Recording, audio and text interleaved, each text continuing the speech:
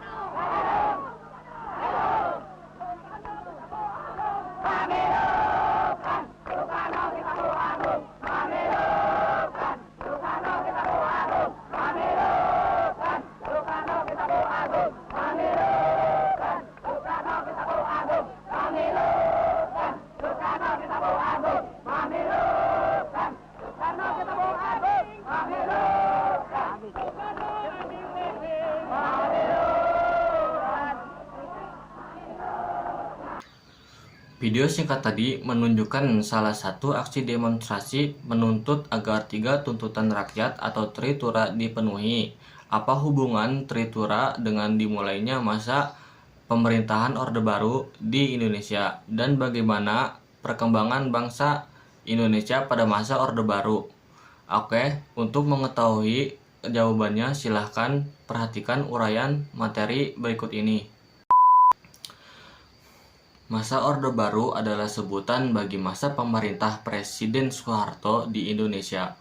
Lahirnya Orde Baru diawali dengan dikeluarkannya Surat Perintah 11 Maret 1966 dan masa Orde Baru berlangsung dari tahun 1966 sampai tahun 1998.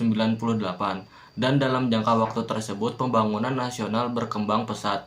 Perkembangan politik masa Orde Baru meliputi pembahasan tentang 1. Supersemar, 2. Penataan stabilitas politik, 3. Partai politik, 4. Pemilihan umum, 5. Pedoman penghayatan dan pengamalan Pancasila atau P4, dan 6. Dui fungsi. Pasca penumpasan G30S PKI, pemerintah ternyata belum sepenuhnya berhasil melakukan penyelesaian politik terhadap peristiwa tersebut. Hal ini membuat situasi politik tidak stabil. Kepercayaan masyarakat terhadap Presiden Soekarno semakin menurun.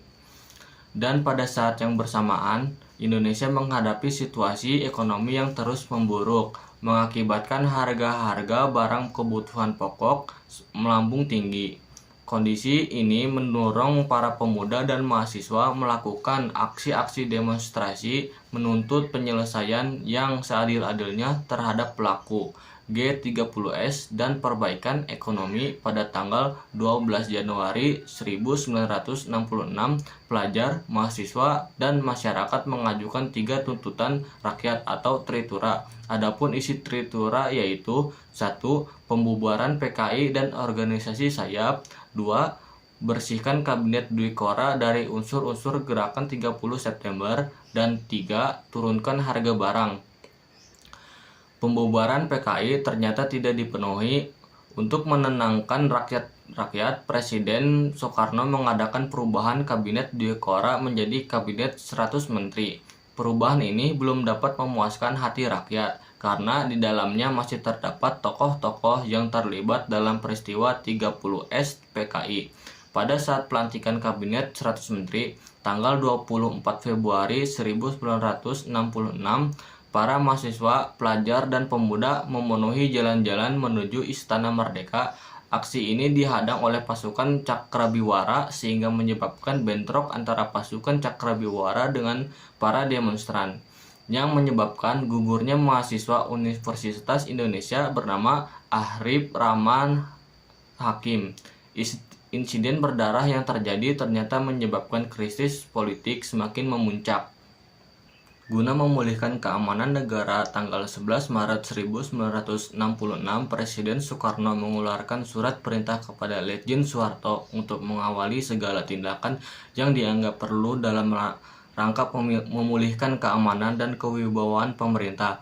Surat itu dikenal sebagai Surat Perintah 11 Maret atau Supersemar. Adapun isi dari Supersemar adalah pemberian mandat kepada Letjen Soeharto selaku Panglima Angkatan Darat dan Pangkopkamtid untuk memulihkan keadaan dan kewibawaan pemerintah, keluarnya Supersemar sebagai tonggak lahirnya Orde Baru. Dalam rangka memulihkan keamanan, ketenangan, dan stabilitas pemerintahan, keesokan harinya, setelah menerima Supersemar, Letjen Soeharto membubarkan dan melarang PKI beserta ormas-ormasnya yang bernaung atau senada dengannya di seluruh Indonesia. Terhitung sejak tanggal 12 Maret 1966, Letjen Soeharto juga menyerukan kepada pelajar dan mahasiswa untuk kembali ke sekolah. Selanjutnya, tanggal 18 Maret 1966, Letjen Soeharto menahan 15 orang menteri yang terlibat dalam G30S PKI. Setelah itu, Letjen Soeharto memperbarui kabinet dan membersihkan lembaga legislatif termasuk MPRS dan DPR, gotong royong dari orang-orang yang dianggap terlibat G30S PKI. Penataan stabilitas politik pada tanggal 12 Maret 1967, sidang istimewa MPRS menetapkan Letjen Soeharto sebagai pejabat presiden dan kemudian pada tanggal 27 Maret 1968 MPRS mengukuhkannya sebagai presiden. Penuh dengan dikukuhkannya Letjen Soeharto sebagai Presiden Indonesia memasuki masa kepemimpinan yang baru, yaitu masa Orde Baru. Setelah memperoleh kekuasaan sepenuhnya, pemerintahan Orde Baru melaksanakan penataan stabilitas politik. Adapun langkah-langkah yang dilakukan untuk penataan stabilitas politik antara lain: 1. Memulihkan politik luar negeri Indonesia bebas aktif. 2. Pemulihan hubungan dengan Malaysia. 3. Kembali menjadi anggota PBB. 4. Ikut memprakarsai pembentukan ASEAN. 5. Menyederhanakan partai politik. Pada masa Orde Baru, pemerintah melakukan penyederhanaan dan penggabungan partai-partai politik menjadi 3 kekuatan sosial politik. Penggabungan partai-partai tersebut tidak didasarkan pada kesamaan ideologi, tetapi lebih atas persamaan program. Adapun 3 kekuatan sosial politik itu adalah: 1. Partai Persatuan Pembangunan atau P3 yang merupakan gabungan dari NU, Parmusi, PSII, dan PERTI. 2. Partai Demokrasi Indonesia atau PDI yang merupakan gabungan dari PNI, Partai Katolik, Partai Murba, IPKI, dan Parkindo. 3. Golongan Karya atau Golkar.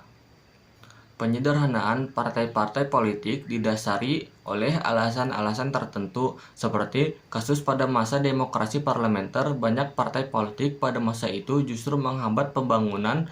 Penyebabnya bukan saja karena persaingan antar partai politik, melainkan juga persaingan di dalam tubuh partai politik itu sendiri yang dinilai dapat mengganggu stabilitas politik. Atas dasar itu, pemerintah Orde Baru berpendapat perlu melakukan penyederhanaan partai sebagai bagian dari pelaksanaan demokrasi Pancasila.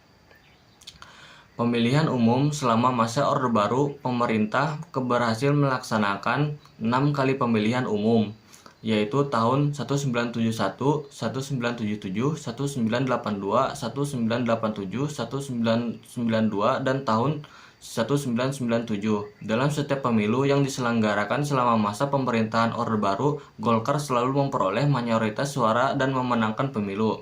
Hal itu disebabkan oleh pengarahan kekuatan penyokong Orde Baru untuk mendukung Golkar. Adapun kekuatan penyokong Golkar adalah aparat pemerintah, pegawai negeri sipil, dan Angkatan Bersenjata Republik Indonesia atau ABRI.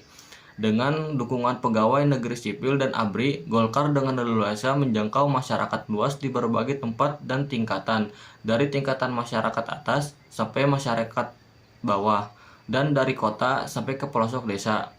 Pedoman Penghayatan dan Pengamalan Pancasila tahun atau P4 pada tanggal 12 April 1976 Presiden Soeharto mengemukakan gagasan mengenai pedoman untuk menghayati dan mengamalkan Pancasila yang terkenal dengan nama Eka Prasetya Pancakarsa untuk mendukung pelaksanaan Pancasila dan UUD 1945 secara murni dan konsekuen.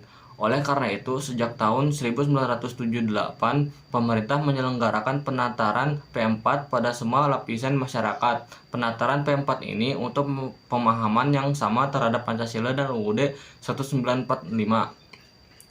Dwi fungsi ABRI. Dwi fungsi ABRI maksudnya adalah ABRI memiliki dua fungsi, yaitu fungsi sebagai pusat kekuatan militer yang melindungi segenap bangsa Indonesia dan fungsi sebagai kekuatan sosial secara aktif melaksanakan kegiatan-kegiatan pembangunan nasional. Dengan peran ganda ini, ABRI diizinkan untuk memegang jabatan dalam pemerintahan termasuk wali kota, pemerintah provinsi, duta besar, dan jabatan lainnya. Setelah berakhirnya masa kepemimpinan Orde Baru, dui fungsi ABRI mulai dihapuskan. Perkembangan ekonomi. Pada awal masa Orde Baru, program ekonomi pemerintahan lebih banyak tertuju kepada upaya penyelamatan ekonomi nasional, terutama upaya mengatasi inflasi, penyelamatan keuangan negara, dan pengamanan kebutuhan pokok rakyat. Dalam melaksanakan program ekonomi pemerintahan, menetapkan kebijakan ekonomi jangka panjang dan jangka pendek. Program tersebut dapat terlaksana dan berhasil menjadikan ekonomi Indonesia berkembang pesat. Program jangka pendek dalam rangka penyelamatan ekonomi nasional diwujudkan dengan stabilisasi dan rehabilitasi ekonomi. Pada awal tahun 1966, tingkat inflasi mencapai 650%, maka pemerintah tidak dapat melakukan pembangunan dengan segera, tapi harus melakukan stabilisasi dan rehabilitasi ekonomi terlebih dahulu. Stabilisasi yang dimaksud pengendalian inflasi supaya harga-harga tidak melonjak terus secara cepat. Sedangkan rehabilitasi yaitu rehabilitasi fisik terhadap prasarana dan alat-alat produksi yang banyak mengalami kerusakan. Stabilisasi dan rehabilitasi ekonomi yang dilakukan membuahkan hasil yang cukup baik. Tingkat inflasi yang semula mencapai 650% berhasil ditekan menjadi 120% pada tahun 1997 menjadi 80% pada tahun 1968, dan keadaan ekonomi Indonesia terus membaik hingga pada tahun 1969. Pemerintah siap melaksanakan program jangka panjang. Program jangka panjang yang dilakukan oleh pemerintah Orde Baru diwujudkan dengan pelaksanaan rencana pembangunan jangka panjang tahun 25 tahun. Pembangunan jangka panjang dilakukan secara periodik 5 tahunan, yaitu disebut pelita atau pembangunan 5 tahun. 1. Pelita pertama berlangsung dari 1 April 1969 sampai 1 Maret 1974. Sasaran yang hendak dicapai adalah pangan sandang, perbaikan prasarana, perumahan rakyat, perluasan lapangan kerja, dan kesejahteraan rohani. Pelita pertama lebih menitik beratkan pada sektor pertanian. Pelaksanaan pelita saat pertama telah membuahkan hasil, antara lain produk beras telah meningkat dari 11,32 juta ton menjadi 14 juta ton. Kemudian pertumbuhan ekonomi dari rata-rata 3% menjadi 6,7% per tahun. Kemudian pendapatan rata-rata penduduk dari $8 dapat ditingkatkan menjadi $170 Amerika. Kemudian tingkat inflasi dapat ditekan menjadi 47,8% pada akhir pelita yang pertama. Kedua, pelita kedua berlangsung dari 1 April 1974 sampai 31 Maret 1979. Sasaran yang hendak dicapai pada masa ini adalah pangan sandang, perumahan sarana dan prasarana, penyejahteraan rakyat, dan memperluas lapangan kerja. Pelita yang kedua berhasil meningkatkan pertumbuhan ekonomi rata-rata penduduk 7% setahun, dan tingkat inflasi berhasil ditekan hingga 9,5%. Pada sektor pertanian telah dilakukan perbaikan dan pembangunan jaringan irigasi yang baru. Ketiga, pelita ketiga berlangsung dari 1 April 1979 sampai 31 Maret 1984. Pelita yang ketiga lebih menekankan pada trilogi pembangunan yang bertujuan terciptanya masyarakat yang adil dan makmur. Berdasarkan Pancasila UUD 1945, pelita yang ketiga ini menitik beratkan pada sektor pertanian menuju swasembada pangan serta meningkatkan industri yang mengolah bahan baku menjadi barang jadi. 4. Pelita keempat berlangsung dari 1 April 1984 sampai 31 Maret 1989. Pelita keempat menitik beratkan pada sektor untuk melanjutkan usaha swasembada pangan serta meningkatkan industri yang dapat menghasilkan mesin-mesin industri sendiri, baik maupun industri ringan. Karena kesuksesannya dalam program swasembada pangan, Indonesia mendapatkan penghargaan dari FAO atau Pangan dan Pertanian Dunia pada tahun 1985. Kelima, pelita kelima berlangsung dari 1 April 1989 sampai 31 Maret 1994. Pada pelita ini menitik beratkan pada sektor pertanian dan industri untuk menetapkan swasembada pangan dan meningkatkan produksi hasil pertanian lainnya, dan sektor industri khususnya industri yang menghasilkan barang ekspor, industri yang banyak menyerap tenaga kerja, industri pengolahan hasil pertanian, serta industri yang dapat menghasilkan mesin-mesin industri. Keenam, yang terakhir atau pelita keenam merupakan awal pembangunan jangka panjang. Tahap kedua pelita keenam lebih menitik beratkan pada sektor ekonomi, industri pertanian, serta pembangunan dan peningkatan kualitas sumber daya manusia sebagai pendukungnya. Pelita yang keenam direncanakan mulai tanggal 1 April 1994 dan tanggal 31 Maret 1999. Namun pada tahun 1997 Indonesia dilanda krisis keuangan yang berlanjut menjadi krisis ekonomi dan akhirnya menjadi krisis kepercayaan terhadap pemerintah. Akibatnya pelita keenam tidak dapat dilanjutkan sesuai dengan yang direncanakan. Oke teman-teman, itu adalah materi sejarah tentang masa Orde Baru di Indonesia. Semoga video pembelajaran ini dapat bermanfaat bagi kalian semua. Terima kasih atas perhatiannya. Sekian dari saya. Wassalamualaikum warahmatullahi wabarakatuh.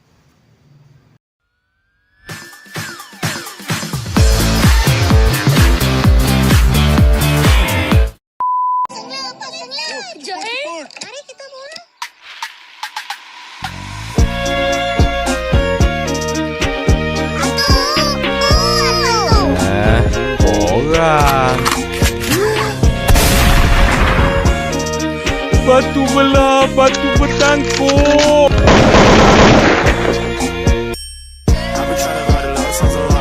Apa tadi? Apa yang kurang bakal-bakal? Oh dengar, kita ada banyak duit. Aku borak sama diri aku. Dia bagi aku duit. Dia sayang sama aku.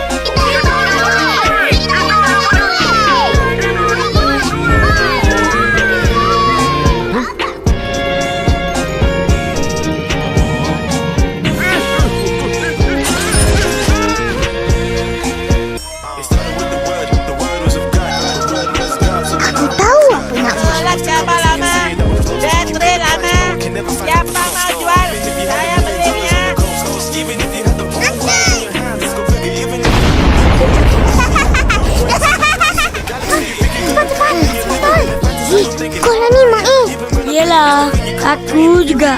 Cepat, sekarang nanti kita boleh pergi main.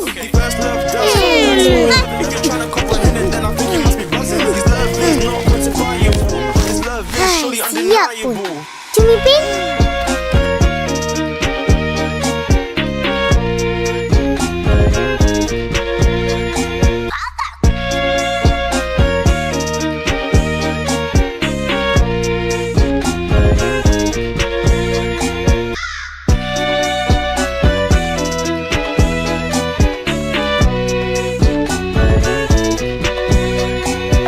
Bagi rakyat yang melihat dengan mata kepala sendiri bahwa mereka itu melakukan penculikan, melakukan pembunuhan, melakukan pembakaran di desanya, tidak mungkin dikatakan kalau mereka itu tidak salah.